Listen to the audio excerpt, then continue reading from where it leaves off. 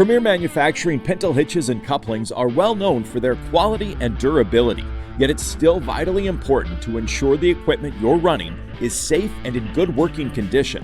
To help identify when a Premier coupling is showing signs of wear, our engineering team developed Premier wear gauges.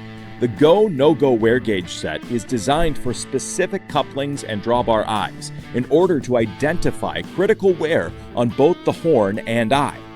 Once a coupling reaches the yellow 18% wear indicator, it is recommended that a new hitch be ordered. Once a coupling reaches the red 20% wear indicator, it must be taken out of service immediately. The latch gap gauge ensures Premier latches are within spec. If the gauge does not pass through the gap, the coupling can remain in service. Premier wear gauges should only be used on Premier products.